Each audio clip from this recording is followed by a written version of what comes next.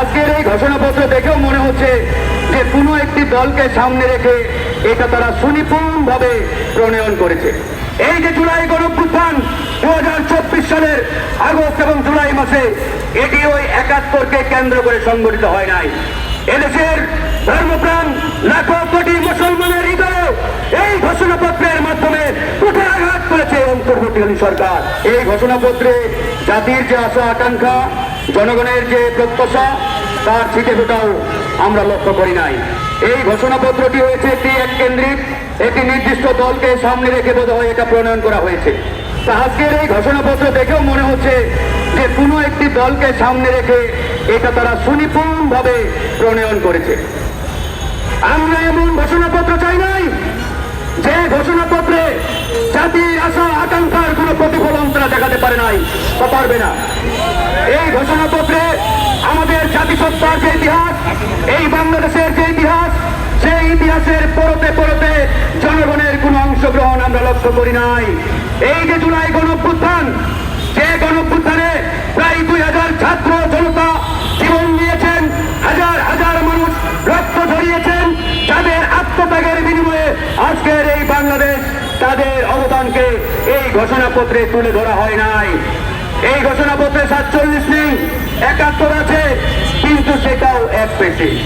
এই যে জুলাই গণঅভ্যুত্থান 2024 সালের আগস্ট এবং জুলাই মাসে, এটি ওই 71কে কেন্দ্র করে সংগঠিত হয় নাই। এই জুলাই গণঅভ্যুত্থান সংগঠিত হয়েছিল বিগত আওয়ামী দুঃশাসনকালের এই 15-16 বছরের যে জুলুম নির্যাতন, যে খুন, এই ঘটনাগুলোকে কেন্দ্র করে এদেশের মানুষ বিক্ষুব্ধ হয়ে এই আওয়ামী ফ্যাসিবাদের বিরুদ্ধে রুখে দাঁড়িয়েছিল। আজকে 2009 সালের যে পিলখানার নারকীয় হত্যাকাণ্ড, এই নারকীয় হত্যাকাণ্ডের মাধ্যমে আওয়ামী ফ্যাসিবাদকে আনুষ্ঠানিকভাবে এই বাংলাদেশে ভারতীয় পরিকল্পনায় তারা প্রতিষ্ঠা করেছিল।